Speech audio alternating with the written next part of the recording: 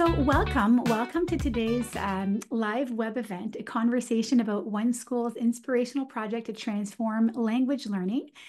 So we'll be taking a deep dive into a magazine article that was written by our special guest here today. And before we get started, though, I would like to just introduce a little bit about who we are at École branchée and Engage Learning. So Engage Learning is our Anglophone magazine published by École branchée. We are a non-profit Canadian media, so educational media outlet for teaching in a digital age. And L'École branchée, who is our publisher, has been in activity since 1996. So we do believe that the challenges that we face in the digital age is all about whether we have the confidence, the skills, and the resources that we need to be fully supported. So that's a little bit about us. And the magazine issue in question for which we're meeting today, it's our newest magazine that was released this winter. So it's freshly off the presses. And we do apologize for those who are waiting for the print copies. With the strike with Canada Post, we are expecting some major delays. I myself feel pretty privileged to have my copy, but I drove to the office to get it, especially for today. So here's a sneak peek inside the magazine. So our winter 2024 issue that's all about motivating through technology. So you see the cover of the magazine here, and we do talk about reading, writing, and counting. And I have a few screenshots of a few of the different articles that we have. So the one with Sarah, who's our special guest today, it's Bridging Continents, so Canadian and Moroccan Students Connect Virtually. And then there are other articles that I've chosen to include here with developing writing skills with video games, reading, writing, and communicating in digital age, interrelated competencies, playing with math using Desmas. And then why maybe you should consider using robots and coding platforms in language classes. So those are just a few sneak peeks into the magazine. And one thing I wanted to show you as well in the magazine, we always have a poster. And then this one here, it's all about digital tools for feedback. So then we focus on providing feedback using precise, personalized, and positive tools for students. So there's some really neat and very helpful advice. So I do recommend that you take a quick peek at that issue as well. So without further ado, I would love to introduce you to our guest, Sarah Anne Leroux, English teacher for grades 9 through 12 at l'École secondaire catholique régionale de Hawkesbury. I hope I got that right. Got it. From le Conseil scolaire catholique du district catholique Est de l'Est Ontario, so in Ontario. So it is a French school district in Ontario, and Sarah teaches English in high school. So without further ado, I will stop my screen share, and then I will let Sarah maybe introduce herself, and we can get started with our conversation. So how are you today? Let's do it. I'm excited to be here, excited to talk about this project. I think it can be really valuable, whether it's, looking outside of the classroom. For us, it was with, Morocco, but any part of the world, there's just so much value in having and starting a project like this. Mm-hmm. I agree. And you've been teaching for how long, Sarah? So I've been teaching. This is my 5th year of teaching. I've always taught English. Again, as you mentioned, in a French school board. So my students often have the occasion to come in my class and practice their English. I live in a very francophone area here in Hawkesbury. And so for some of them, they're only 75 minutes a day where they actually speak English, even in grade 9 for the first time. Yeah. Well, that's one of the reasons I loved the article. And I had the pleasure, little sideline, I had the pleasure of meeting Sarah during Le Congrès de l'Idée, which took place in the spring of last year. And Sarah was there with her students in her class, introducing us to the project. And I just fell in love with the whole project, because it's something like you mentioned, like whether you're teaching French or English, or French as a second language, English as a second language, or whatever language we're teaching, we can be inspired by this initiative. So thank you so much for writing the article and for being here with us today. Yeah, my pleasure. And, I was really honored to have some of my students put testimonials in the article. Siham, my co-teacher over in Morocco, also got her students to write testimonials. She wrote a part of the article, so it was very collaborative as a whole. And I'm going to use a francophone expression for this, but it was like a coup de cœur for me because giving the fact that you and the other teacher in Morocco gave the students their voices in the article, I thought that was amazing, and I think we should do more of that. Mm, And I'm just curious. So I've obviously heard firsthand of the story for the initiative and the project. I've read the article numerous times. But for our listeners and for people who will be listening later on the recording, can you maybe talk to us a little bit about maybe an overview of the project and what inspired you to partake in this? It's the first time that you've done this at your school, right? absolutely. Yeah. Yeah. Yeah, perfect. Well, I think that's a great place to start.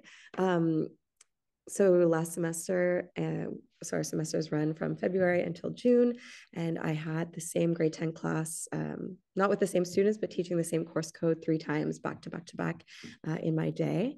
And I found that that was just one a really cool opportunity because I had never done that before, which allowed me to do one project 3 times with 3 different groups of grade 10 English class, which was awesome. Would definitely recommend, definitely do it again. And so one day, honestly, full vulnerability, I just received an email from one of our conseillers pédagogiques saying, "Hey, I have this teacher who who connected to me, saying that they would like to partner up with an English class, high school English class. Would you be interested?" And considering that I am all about innovative thinking, trying to do things differently, connecting outside of the 4 walls of the classroom, it's definitely something that I said yes to really quickly, even though I had no idea what I was embarking in. So from there on, what I was able to do was simply get in contact with the Moroccan teacher. So her name was Siham, and she also taught English over in Morocco at her private school. And what was really cool is that this initiative actually came from her and that she found me, and that our worlds kind of collided and aligned perfectly at the best moment. And we were able to connect in January before the semester started to talk about what our objectives were, who our students were, and what we were going to do for the next 4 and a bit months. And so overall, we decided that we wanted students to, one, practice their English, because in Morocco, English is like their third language, which was really cool for them. And for us, English in our school, it's mostly their second language. So practicing English out loud with real students, even across the globe, was just a cool experience for all parties, teachers included. So from there, we decided that we would meet virtually once a month on topics that students decided on. And those different topics varied every month. And I can pull those up for you. So in February, we talked about like a day in the life, which was really just, February first meet, get to know what is it like being a student and a teen in Morocco versus in Canada. We talked everything about like school life, hours, project routines, chores. What do you do on weekends? Just to like really get to know you. Afterwards, in March, we wanted to talk about more food, cultural activities, religion, which was like so fascinating and really opened our eyes. In April, we talked about the world around us, so more like geography. We learned that it's very warm there, but they also have snow up in the mountains and they can go skiing, and that they go to the beach in April. And my students were really just mind blown about that. And in May, after we talked about like entertainment and sports, like what kind of music they listen to, movies, do they watch Netflix? So there was a big part of communicating via Zoom on certain topics. It was always like guided, but there was also another piece of just like being curious about the other, and opening up your eyes to the world, that we don't just live in our little microcosm here in our little town where we only know what we know. So we wanted to work on language skills. We wanted to work on just like the idea of diversity and opening up our perspectives. And there's a component, obviously Zoom, but there was also a component writing, where students had to write one email to their counterpart. We call them counterparts. A month, and then they exchanged and asked a question and received the answers. So there was a lot of like moving parts throughout it all. Mm-hmm. That sounds amazing. And you did a great job in summarizing that based on the article. So that's a pretty short turnaround, I find. Like in January, you started speaking with the teacher in Morocco, and already in February, the project was underway. So that's congratulations, because that's not, sometimes it could take weeks and months of prep work before starting something like that. So did you find it, how did you find that? I'm curious to integrate that with your regular program, like in the curriculum, and like, was that a lot of work for you, or like did the students take some of the responsibility too, or how did you Yeah, manage that? I love this question. I think that students, well, from our perspective, there was only so much that we can control, and we really needed to just test it out a first time to see how it was gonna like birth itself, if that makes sense. Because having too much control over it, well, it removes the fun of letting things be organic and letting students come up with their own questions and really dive into their own curiosity. That being said, there was a little bit of groundwork to do prior with my students who had never maybe even heard of Morocco or like knew where it was on a map. And so going into the project, there was a lot of before. We talk about before, during, and after. So the before was just getting students ready to understand what was about to happen, and then asking them even in the before what they were curious about, what they were worried about, what they were excited about. So then we can have, 4 months to integrate all of those things into the project. And we would check in with students, after every meet to see, okay, what surprised you? What are you curious about for our next meet? So I think there was just a lot of space that we as teachers needed to hold for both the Canadian class and the Moroccan class, holding the space for let's just see what this is going to be, even though there's curriculum, even though there's other projects, there's essays, there's different things. Like we prioritized 45 minutes a month for a meet with, students sent one email a month, right? That was for my fast finishers. It was like, okay, if you're done our daily task, we'll go and write your email to your Moroccan counterpart. Like it was actually a nice bonus to say, just instead of giving whatever kind of work to be like, oh, if you're done, do this. It was like, no, go and do something that students actually cared about too. Once they started communicating back and forth, they were actually excited to send their email. They started telling me that, they had added their counterpart on Instagram or on different social media platforms. And I was like, perfect, excellent. All I'm asking is that you participate in the Zoom, which each student had like one question to ask one time during the 4 months. So they like came up to the camera and spoke, and one email a month. So that was like the foundation of it all. But so much happened, outside of that, which is not even something I could have predicted. It's just something that I really hoped for. Yeah, it was very organic. It just happened organically. They felt engaged and they wanted to learn more. Like so they did it very organically, which is amazing. That's what we want, like motivating our students.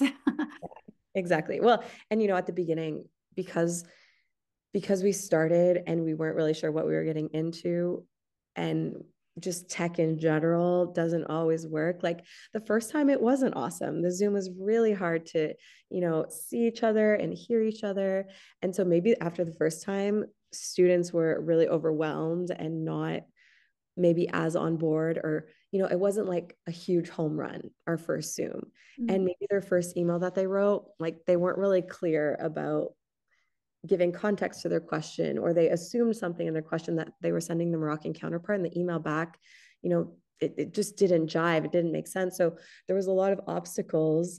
I make it sound like, oh, they just did it all on their own. Like there were things that we needed to address and say, yeah, for sure, that Zoom kind of fell flat because we couldn't hear anything, or it was really loud over, on our end, or we weren't speaking directly to the camera. So there's a lot of learning, like above and beyond like connecting with, other students. There's a lot of learning to be done, just like as what is good communication, what do we need to like set up in order for it to be a success the next time. No, that makes a lot of sense. And those are skills like in everyday, like we're adults, and like when we go on live like this, like we sometimes face digital challenges and different things that don't go as planned. So for students to see that, it's part of like life skills that they'll be learning. So that's amazing. And I was going to ask you about challenges that you've encountered. So I was assuming that there would have been some challenges with technology. What about with the time difference? So when you were organizing these Zoom meetings, how did you make, what's the time difference between Morocco and Canada? Well, I'll show you actually how we Amazing. went, how we like planned our meets. And so when we there was a very, very, very small period of time a day that we could meet because I only saw my students, a certain amount of times in the day, like for 75 minutes. And we could only meet in the morning and they could only meet in their afternoon. And I had to meet them 3 times because I had 3 classes in the month. So as you can see here in February, like we would meet at from 8:30 to 9 Canadian time, and they would be 2:30 to 3. But for example, them on Wednesdays, they don't have class. We have certain activities on certain days. Like the scheduling could get a little frustrating, and the logistics of it all, and then our time changed and then their time didn't change, and so we didn't meet at the right time. Like the learning was so authentic and organic that it wasn't laughable, but it was just like, oh wow, okay, yeah, I didn't think about that, teachers or students. And so we would have to use our critical thinking to figure out solutions and okay, like what's our next step, how can we fix this. And it was a lot of fun to like learn it, experience it with the students. And I just wanted to show as well, during the meets, students had like a workbook. And so they would summarize some of the notes and they would have to find similarities and differences between um, both us and the Moroccan students, depending on what we were talking about, whether it was food, did they have McDonald's there? Oh yeah, they did. Cool, as if I didn't know.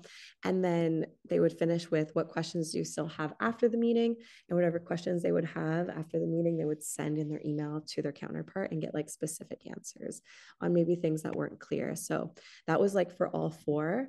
And then when we talk about the emails, just to say like in grade 10 we learn how to send a proper email, which needs to be organized and have a salutation and be organized in paragraphs. And I wanted them to add a visual because it can be really powerful for students who might have never seen maple syrup or like a maple syrup I want to say farm, but like the visuals really helped. And so teaching students how to add a picture in an email was like, there's just so much learning happening. It's really hard to explain it all in one meet. I can only imagine because yeah, there's more to it than just the fact that you were meeting that once a month and sending that one email. Like a lot of thinking went into it. And I love how you said about the life skills in terms of like problem solving. Like Yeah. things will happen like they do in real life, and like they don't always go as planned. So like students also need to figure out like, okay, well, this happened, what can we do to overcome this and for it to go better next time, and like what could we do differently. And I love that the fact that they were meeting them once a month and that they probably still had questions like you said, and they wanted like clarity, so in the email that followed they could talk Follow about up. that. So that's Mm-hmm. pretty great. That's pretty great. And I'm curious, like you've mentioned, obviously, and I read the quotes from the students, but in terms of how they responded to the project, did you notice any like particular growth in like their language skills? Like, did they have more confidence in their English abilities, whether in speaking or writing? Did you notice like a difference?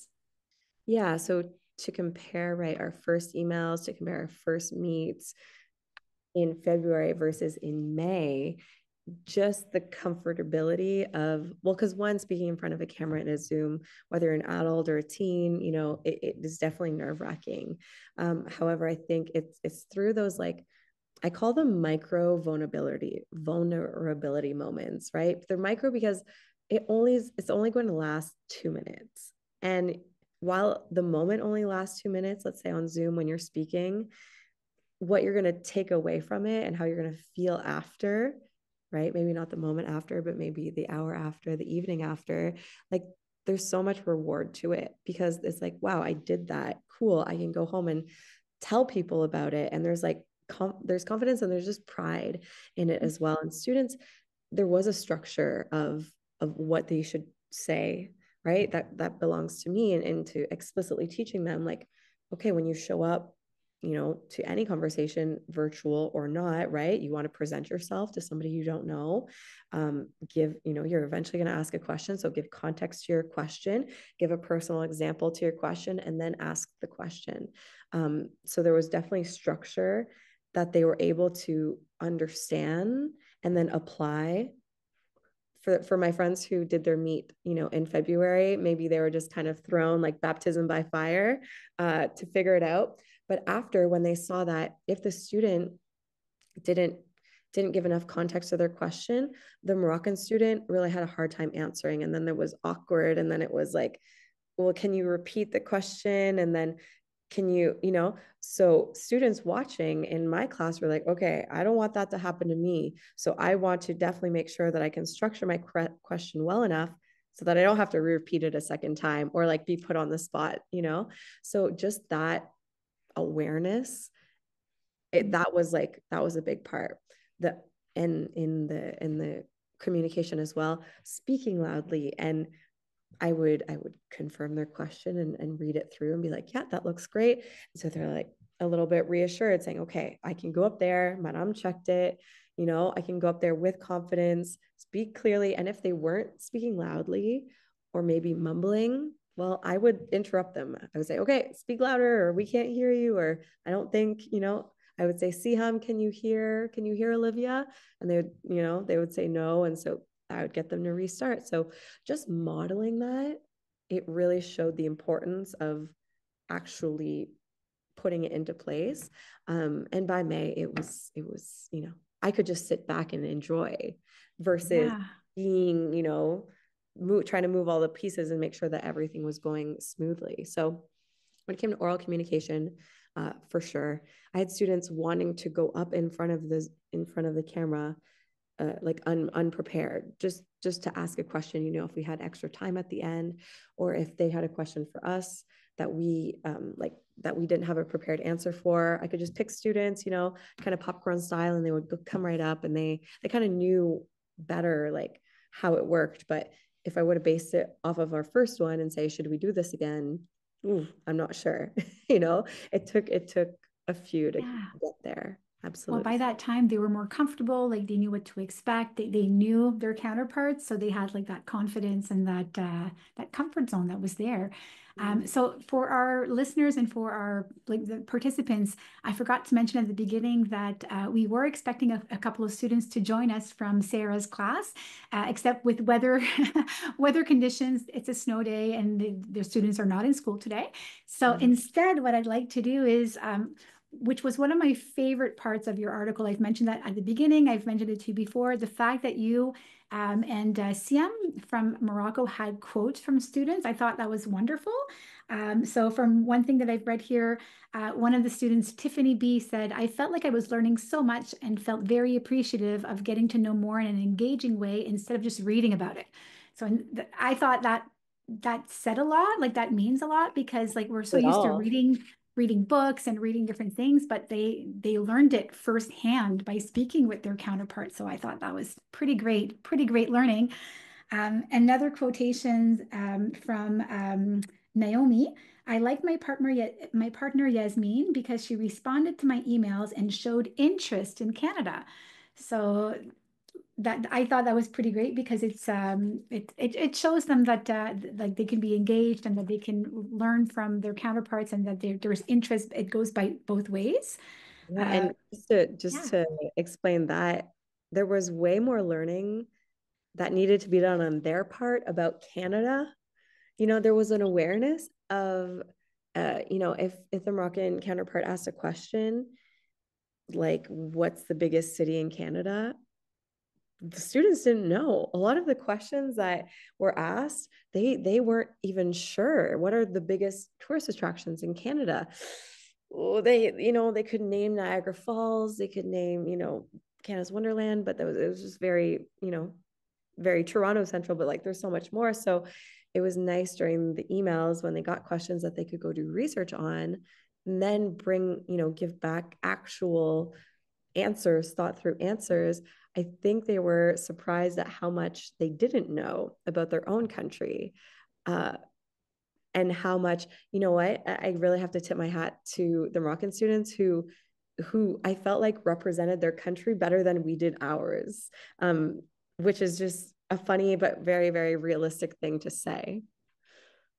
That is very interesting, and I can picture that because I mean I'm sure I've known a lot of people from Morocco from back in my university days, and like I'm sure they put a lot of thought into like researching different things about our country and so forth. So I can see that. I can see that, and I just loved here.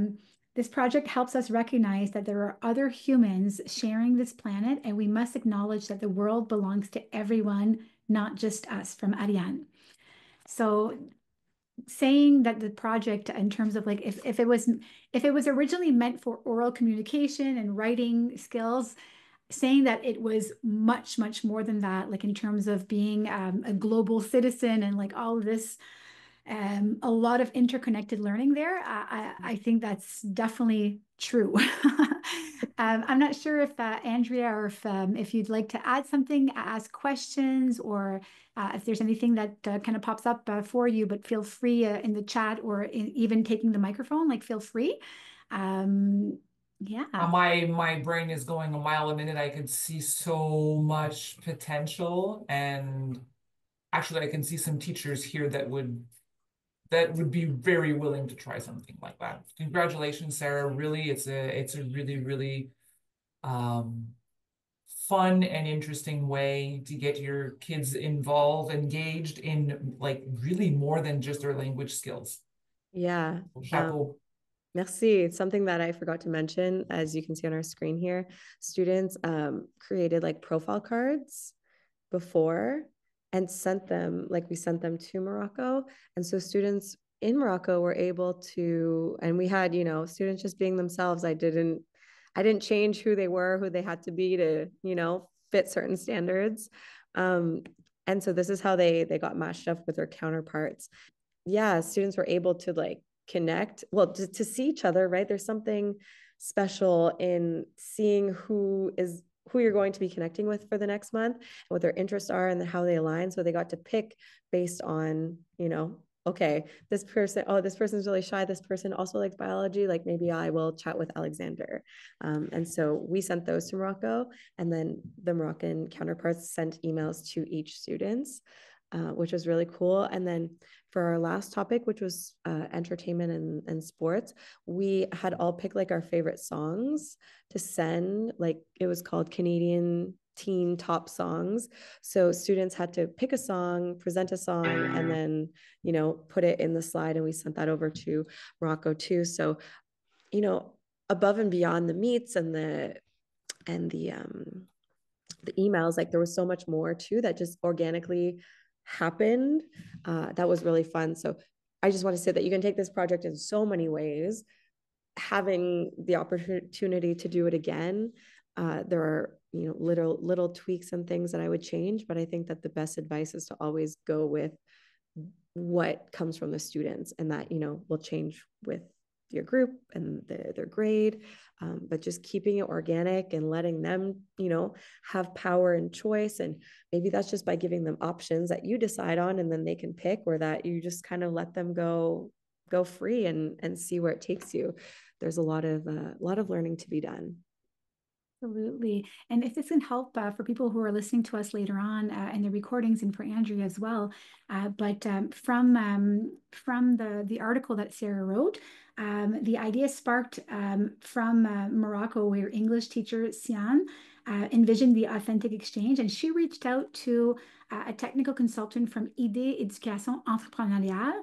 So they're the ones who facilitated the collaboration between the two countries. And because your school, I know for a fact that Sarah, that your school is part of the entrepreneurial program that they offer, it made it maybe a bit simple, not simpler, but you had that contact with your consultant, and they probably reached out to you, and then it made the connection between the two schools a bit more feasible. Seamless, for sure. Yeah, For sure. yeah, Yeah, almost like magic, yeah. honestly.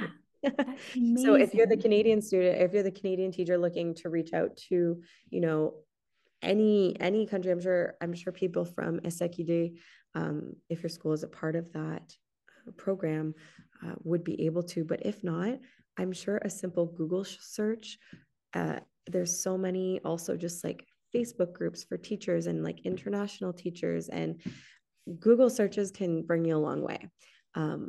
Because you'll see someone who knows someone who knows someone who can connect you with someone, and that's usually what happens.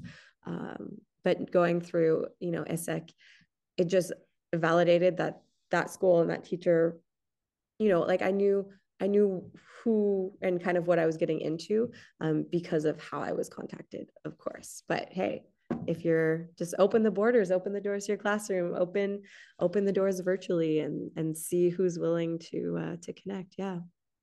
Well, definitely. And I was going to ask you a question, but then you've already responded with that. But in terms of technology, you just said having access to the technology, having access to Zoom, it definitely made the project feasible. Otherwise, it would have been probably back in the day with like pen pals. I remember when I was in school, I'm going to age myself here, but we had pen pals in France and we were practicing our French skills. But it took a long time. We had to wait for the mail to bring our letters. So this definitely makes it easier, more efficient, and instantaneous for when you have those conversations. So that's pretty amazing. Maybe I'm curious, what surprised you the most about the level of students' engagement and like the outcomes of the project? Like what did you find most surprising? Yeah, great question. I think at the end of the day, you only kind of understand the effect that the project has on you when you ask the students to think about it, right? And so it's actually through this article, the opportunity to write the article, the opportunity to ask the students, what were your takeaways, right? What's going to stay with you? What, comme qu'est-ce qui t'a marqué, right? That's when I realized, okay, wow, this actually had an impact, because River put students, they're not always going to show, while they were engaged. What is engaged? Well, engage is showing up and participating and listening, and they were all of those things. But it's when you actually ask them the takeaways, and some of them are in the article, like that you're able to see, okay, wow, students really actually cared about this more than they've cared about anything else that we've done, all semester. And so it's cool to see, one, that students care about certain things, that they felt, like Naomi said, valued from it. I love that, I thought that it was going to be more about learning about the other, but some students really appreciated being cared for and being somebody else having interest in them. So it was just like such a nice two-way relationship. And just all throughout, I think students, just their openness to participate in something that we had never done before, and that they trusted me, that they trusted what we would be trying out together. Like I can't ask for better. And so the fact that students sent their emails, engaged, like did all the things, and at the end we did send letters to Morocco. We sent like a care package, and Siham like sent us a care package with Moroccan treats, and I actually have like a jersey that was signed by like all the students. Oh, that's And we sent amazing. a Canadian flag signed by all of our students. So, and students were so excited to do it, and they just talked to me about it every single day. Madam, when are we going to do that? Madam, did we get our package? Did they get our package? Like, you can't force students to ask you those questions. You can't force students to care in that sense, right? And let me emphasize, these are high school students.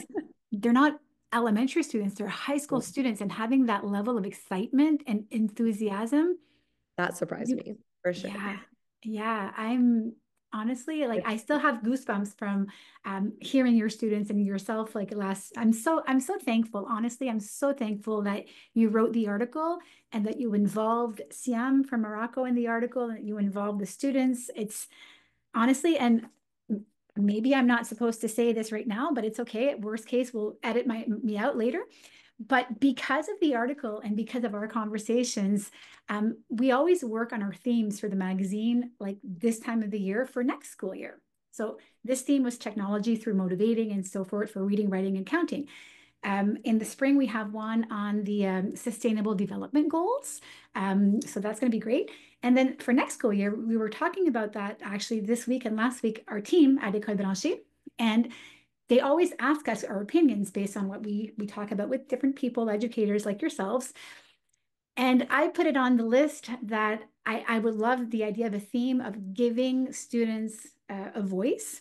And then I gave the example of your article because of the fact that all of those like témoignages, like all of those quotes from the students, I hadn't seen that before, like in such a way that was very, for me, it was very noteworthy. So it's going to be one of our themes. I just heard. So I'm very excited about that one for next year. But I think it's very important, and like seeing the impact and seeing their level of excitement and how natural it was and how authentic it was, authentic learning. It's what we all strive for, and at the end of the day. So, but I'm just curious, before I talk too much, for our, if there's anyone, Andrea or anyone that would like to add something or ask any questions before we conclude our session, please feel free. Of course, I just want to thank you for sharing. It's a really, really nice nice project, and you make it sound all nice and pretty and packaged, but I'm very certain you worked really hard on this. So again, congrats. Yeah, thank you. And just to go back to your idea of bilingualism, right? Like this can also be done in any language, especially well, in Morocco, they probably speak better French than they do English. And so if you want your students to speak French, like this whole thing could just be done in French. Siham wanted her students to practice English because she is the English teacher at her school, a private school over there. But I feel like the opportunities, the options with this is just, it's whatever you want it to be. It's whatever your students want it to be. It's whatever your country counterpart wants it to be. And so just having the opportunity to build that together is exciting. It really is. Honestly, this is one of the most inspiring projects that I've had the pleasure of reading about and seeing myself. So what I'll do is, just as we're concluding, I'm just going to share my screen just one last time here. I'm just going to make sure everyone has access to my contact information and so forth. So just a quick little tidbit of information. Once the recording is available, it will be on the Engage Learning's website under the training section. We just put all of our recordings under the training section. So you'll see like a training video replay, and then we'll see a screenshot of this, and then our recording will be there. And if anyone needs to reach out, my email is here. I have a QR code that goes directly into my calendar. So for any of our participants listening that might have more questions, maybe for Sarah, or that might have some questions about maybe who to reach out to that can maybe help them get started with that initiative, feel free to write to me, and then I'll reach out and try to coordinate something on our end as well. So I'm not sure if anyone has any more comments or anything else to say, but Sarah, honestly, thank you so, so very much. I am very beyond thankful for you, for having done the project, for having spoken with us, having written the article, having done this session today. It's been a true, true pleasure for us, for me. So thank you very, very much. Yeah, thanks for the opportunity. Always a pleasure to share.